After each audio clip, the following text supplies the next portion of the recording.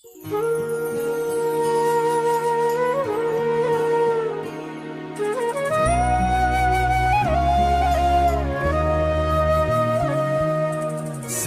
की पहली फुहार हरियर होगी मुरगांव रे, तोर नाव लेके मुस्काथे आज मोर धड़कन के छाँव रे। महके माटी भीजे अचरा सपना सज गए आँखी मन, तोर संग चलना चाहत हम ये जिंदगी के राही मन। सावन की पहली फुहार हरियर होगी मुरगांव रे, तोर माया के भीजे रंग में सज गे मोर सबे चिठाव रे। हाथ में हाथ अखियाँ मवा दिल के जुड़ गए तार रे, संगे बन के जन्म जन्म तक रहिबो के पार रे।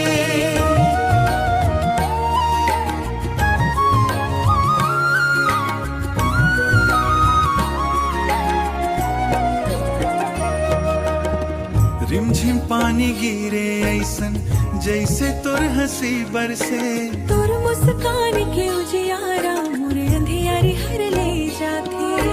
तोर बोली कोयल कस लागे मन ला धीरे छू जाते। संग बिताए हर पल मोर सपना सच हो जाते।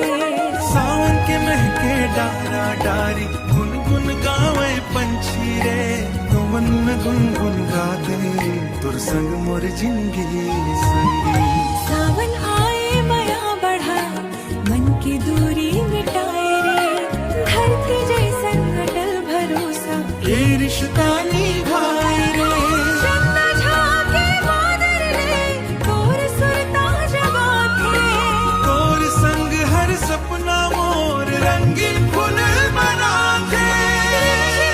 से प्रेम के बूंदा मन के आंगन मन, जन्म जन्म के संगवारी बनके रहिबो एक दूजे संग। सावन के पहले फुहार हरियर होगे मोर गाँव रे, तोर माया के भीजे रंग में सज गए मोर सबे जुठाओ